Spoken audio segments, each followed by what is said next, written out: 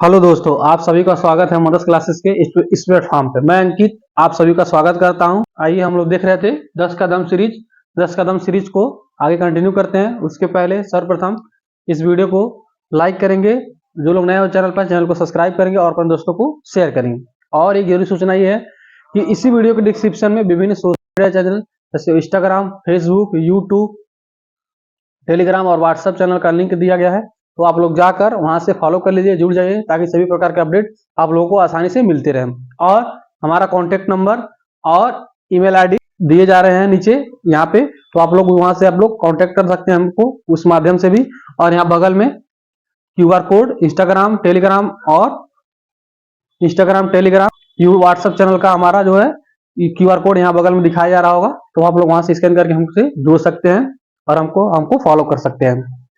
अगर बात किया जाए हमारे व्हाट्सएप नंबर और इंक्वायरी नंबर क्या है, तो 800-520-6521 इस नंबर पे हमको कॉल कर सकते हैं या व्हाट्सएप करके कोई भी सवाल है, कोई भी इंक्वायरी पूछ सकते हैं। और हमारा ईमेल आईडी की बात किया है, तो ईमेल आईडी क्या है, तो mothersclasses99@gmail.com पर हमको मेल भी कर सकते हैं। आइए हम लोग वीडियो कंटिन्यू करते हैं। और वीडियो हमारा क्या है, वीडियो में 10 क्वेश्चन, जैसा कि पता है आप लोगों को, 10 क्वेश्चन हम लेते हैं जो प्रीवियस ईयर पेपर में आ चुके हैं और आगामी एग्जाम में के लिए महत्वपूर्ण हो, वैसे 10 क्वेश्चन को हम लोग निकालते हैं और इसको डीप में अध्ययन करते हैं और सीखते हैं, याद करते हैं, ताकि हमारे आगामी एग्जाम में लाभ मिल सके। तो पहला क्वेश्चन क्या है, पानी का अधिकतम घनत्व तो किस ताप पर होता है।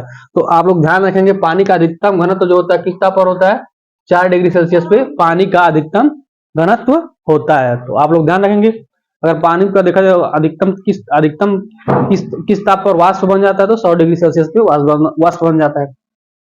तो आप लोग ध्यान रखिए, पहला क्वेश्चन क्या है, पानी का अधिकतम घनत्व किस ताप पर होता है, 4 डिग्री सेल्सियस पे होता है।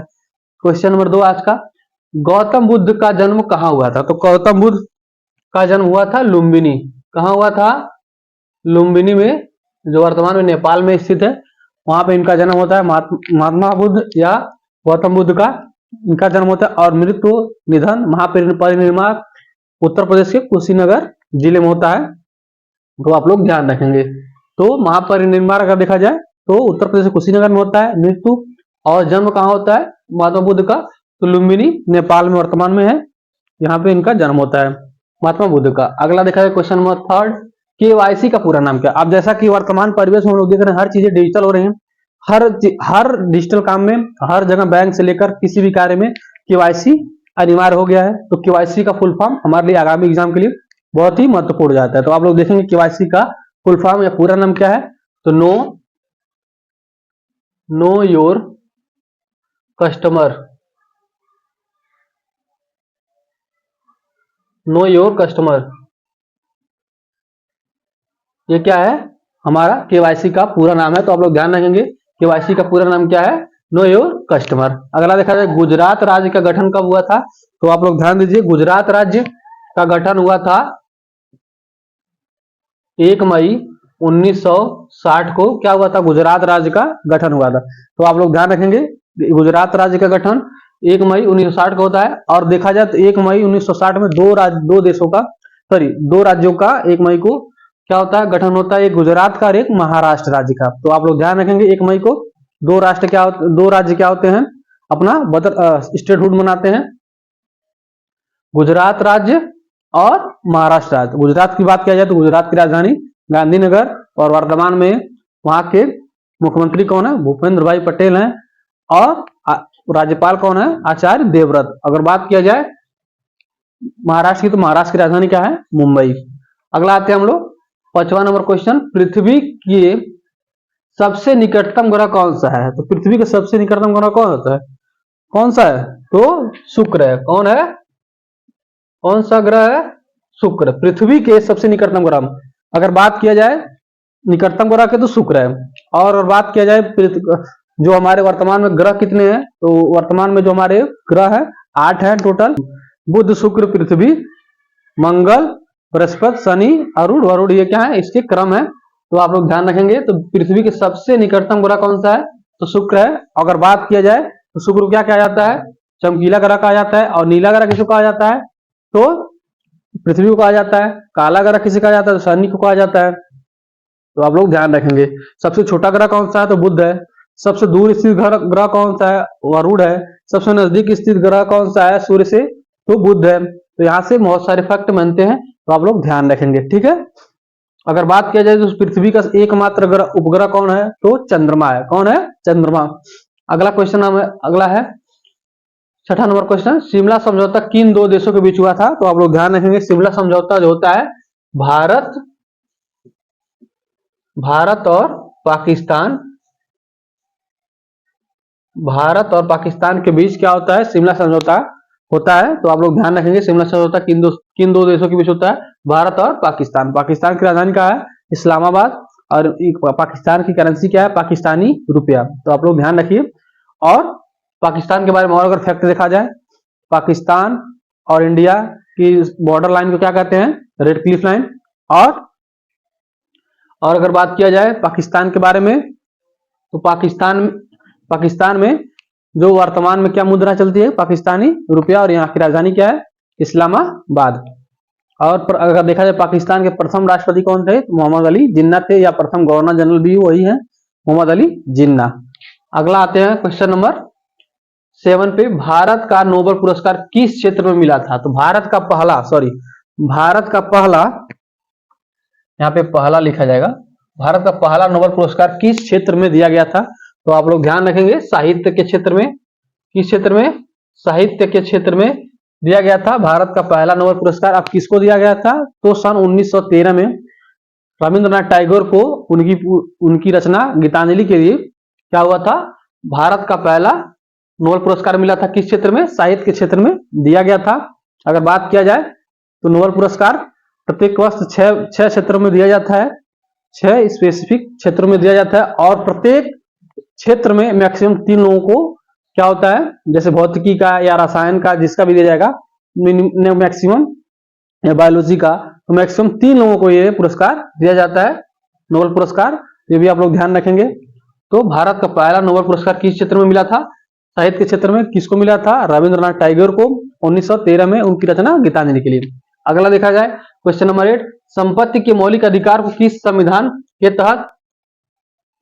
संशोधन के तहत विधिक बनाया गया था? तो संपत्ति का, तो अगला क्वेश्चन हमारा क्या है? आप लोग ध्यान रखेंगे, अगला क्वेश्चन क्या हमारा? संपत्ति के मौलिक अधिकार को किस संविधान संशोधन के तहत विधिक बनाया गया था? तो अगला जो हमारा क्वेश्चन नंबर 8 है, संपत्ति के अधिकार को देखा जाए तो अगर बात किया जाए वर्तमान में हमारा, अगर देखा जाए पहले हम लोग क्वेश्चन को डिस्कस कर लेते हैं, उसके बाद से उसके एक्स्ट्रा फैक्ट को देखते हैं। तो संपत्ति के मौलिक अधिकार को किस संविधान संशोधन के तहत विधिक बनाया गया था?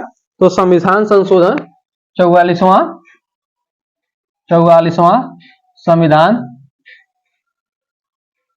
संविधान संशोधन 1978 में क्या हुआ था? ये जो हमारा संपत्ति का मौलिक अधिकार था, उसको क्या कर दिया गया था? इसको विधिक बना दिया गया था। कब? 1978 में 44वां संविधान संशोधन के तहत। तो आप लोग ध्यान रखेंगे, वर्तमान में देखा जाए तो भारत के संविधान में केवल 6 मौलिक अधिकार हैं। पहले क्या थे? 7 थे, जिसको अब संपत्ति को अधिकार को हटाकर अनुच्छेद 300 क में कर दिया गया। इसको अनुच्छेद 300 क में इसको कर दिया गया संपत्ति को अधिकार को। तो आप लोग ध्यान रखेंगे, तो संपत्ति का अधिकार क्या है? विधिक अधिकार बन गया है। और किस संविधान संशोधन के तहत हुआ था? 44वां संविधान संशोधन 1978 के तहत अनुच्छेद 300 क के तहत हुआ था। आगे हम लोग ध्यान रखेंगे, और संपत्ति के अधिकार पे ही एक बहुत बड़ा वाद भारत सरकार बनाम विश्वनाथ भारती बनाम और भारत सरकार के बीच हुआ था, जिसमें ये निर्णय लिया गया था अंत में। अगर देखा जाए भारत में कितने राष्ट्रीय अवकाश मनाए जाते हैं? भारत में कितने राष्ट्रीय अवकाश मनाए जाते हैं? तो 3 राष्ट्रीय अवकाश मनाए जाते हैं। कहोगे कौन कौन से? तो पहला है 26 जनवरी। पहला क्या है? 26 जनवरी। दूसरा 15 अगस्त। और तीसरा क्या है? 2 अक्टूबर। क्या है? 2 अक्टूबर। क्या है? तीसरा 2 अक्टूबर। तो आप लोग ध्यान रखेंगे, 3 प्रकार के हमारे भारत में 3 राष्ट्रीय अवकाश मनाए जाते हैं। पहला 26 जनवरी।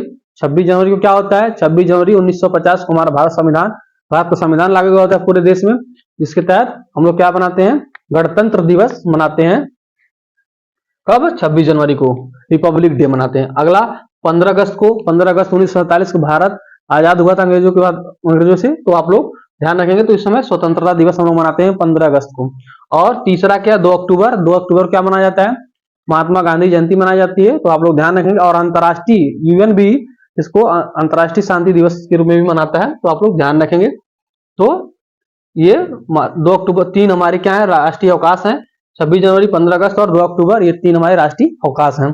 अगला देखा जाए, अगला number question number 10, Andhra Pradesh की प्रस्तावित राजधानी क्या थी। आप कहोगे क्या थी, तो वर्तमान में देखा जाए तो 2 जून 2014 को आंध्र प्रदेश से अलग होकर क्या हुआ था, तेलंगाना राज्य अलग बना था। तो उस समय क्या था, आंध्र प्रदेश पिछले 10 सालों में 2014 से 2024 तक के बीच में आंध्र प्रदेश और तेलंगाना दोनों की राजधानी क्या थी, हैदराबाद थी। परंतु अब क्या हुआ, तेलंगाना राज्य जो है उसकी राजधानी क्या हो गई, अब हैदराबाद हो गई है। और आंध्र प्रदेश की राजधानी क्या हो गई है, अब अमरावती। क्या हो गई है, अमरावती। क्या हो गई है, आंध्र प्रदेश की राजधानी अमरावती हो गई है। तो आप लोग ध्यान रखेंगे, 2 जून 2014 को आंध्र प्रदेश से अलग होकर क्या हुआ था, तेलंगाना राज्य अलग बना था, 29वां राज्य बना था उस समय। और उस समय निर्णय लिया गया था कि आंध्र प्रदेश और तेलंगाना दोनों की राजधानी क्या रहेगी, अगले 10 वर्षों तक क्या रहेगा, हैदराबाद ही रहेगा, जो पूर्व में क्या था, आंध्र प्रदेश की राजधानी थी। परंतु जब इसका राजधानी निर्माण हो चुका है अमरावती में, तो क्या हुआ, अब वर्तमान में तेलंगाना राज्य की राजधानी क्या है, हैदराबाद है, और आंध्र प्रदेश की राजधानी क्या है, अमरावती है। तो आप लोग ध्यान रखेंगे, तेलंगाना की राजधानी क्या है, हैदराबाद, और आंध्र प्रदेश की राजधानी क्या है, अमरावती। तो आप लोग ध्यान रखेंगे। अगर देखा जाए, इस क्वेश्चन को एक बार फिर से हम लोग रिपीट कर लेना है। और सर्वप्रथम वीडियो अगर आप लोगों को अच्छी लगे तो वीडियो को लाइक करेंगे, अपने दोस्तों को शेयर करेंगे, और जो लोग नए हो चैनल पर, चैनल को सब्सक्राइब कर लेंगे। और जैसा कि हमने बताया कि विभिन्न प्रकार के सोशल मीडिया चैनल हमारे डिस्क्रिप्शन में, इसी वीडियो के डिस्क्रिप्शन में दिए गए हैं, आप लोग जाकर वहां से जरूर फॉलो कर लीजिए।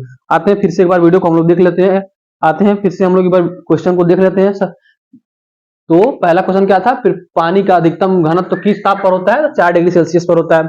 और गौतम बुद्ध का जन्म कहाँ हुआ था, लुम्बिनी, और निधन कहाँ हुआ है, तो कुशीनगर में महापरिनिर्वाण के नाम से जाना जाता है, कुशीनगर उनका निधन हुआ है।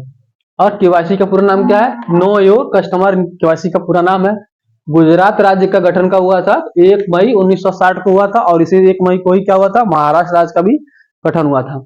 अगर आ जाए, पृथ्वी का सबसे निकटतम ग्रह कौन सा है, तो शुक्र है। कौन सा है, शुक्र है। और हमने ग्रहों का क्रम देखा था, बुध, शुक्र, पृथ्वी, मंगल, बृहस्पति, शनि, अरुण, वरुण। तो आप लोग ध्यान रखेंगे। अगर देखा जाए, शिमला समझौता किन 2 देशों के बीच हुआ था, तो भारत और पाकिस्तान के बीच क्या होता है, ये शिमला समझौता होता है 2 देशों के बीच। अब भारत का पहला नोबेल पुरस्कार किस क्षेत्र में मिला था, तो साहित्य के क्षेत्र में किसको मिला था, रविंद्रनाथ टैगोर को मिला था। किसको मिला था, रविंद्रनाथ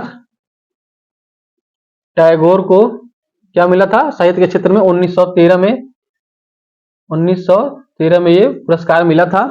और रविंद्रनाथ टैगोर को 2 देशों के राष्ट्रगान का रचयिता के रूप में माना जाता है, जैसे भारत का जनगण मन और बांग्लादेश का भी राष्ट्रगान की रचयिता रविंद्रनाथ टैगोर ही हैं। अगला क्वेश्चन था हमारा 8वां नंबर क्वेश्चन, संपत्ति के मौलिक अधिकार को किस संविधान संशोधन के तहत विधिक बनाया गया था। तो संपत्ति के मौलिक अधिकार को 44वां संविधान संशोधन 1978 के तहत इसको विधिक बना दिया गया था। वर्तमान में केवल 6 ही मौलिक अधिकार है हमारे, और इसको संपत्ति के अधिकार को केवल अनुच्छेद 300 में वर्णित किया गया है। अगला देखा जाए, भारत में कितने राष्ट्रीय अवकाश मनाए जाते हैं, तो 3 मनाए जाते हैं राष्ट्रीय अवकाश। कौन कौन से, 26 जनवरी, 15 अगस्त और 2 अक्टूबर। 26 जनवरी को गणतंत्र दिवस, और 15 अगस्त को स्वतंत्रता दिवस, और 2 अक्टूबर को गांधी जयंती। अगला देखा जाए तो आंध्र प्रदेश की प्रस्तावित राजधानी क्या थी, तो आंध्र प्रदेश की प्रस्तावित राजधानी क्या थी, अमरावती थी। और तेलंगाना की राजधानी क्या है, हैदराबाद है। अगर हैदराबाद। इस तरह से हमारा ये वीडियो कंप्लीट हुआ। अब इस वीडियो के माध्यम से आप लोग को एक क्वेश्चन पूछ रहे हैं, आप लोग वीडियो के कमेंट बॉक्स में आप लोग अपना आंसर लिखेंगे जरूर। क्वेश्चन ये है कि 2 अक्टूबर को एक और दिवस मनाया जाता है, जैसे 2 अक्टूबर को गांधी जयंती मनाई जाती है, उसी प्रकार 2 अक्टूबर को एक और जयंती मनाई जाती है लोगों की। तो आप लोग कमेंट के माध्यम से हमको बताएंगे कि राइट आंसर क्या है, कि 2 अक्टूबर को गांधी जयंती के अलावा किसकी और जयंती मनाई जाती है। तो आप लोग जरूर अपना इस क्वेश्चन का आंसर आप लोग कमेंट बॉक्स में जरूर देंगे। वीडियो अगर आप लोग को अच्छी लगी तो वीडियो को लाइक करेंगे, अपने दोस्तों को शेयर करेंगे। मिलते हैं किसी नेक्स्ट वीडियो में, मिलते हैं किसी और वीडियो में, तब तक के लिए जय हिंद।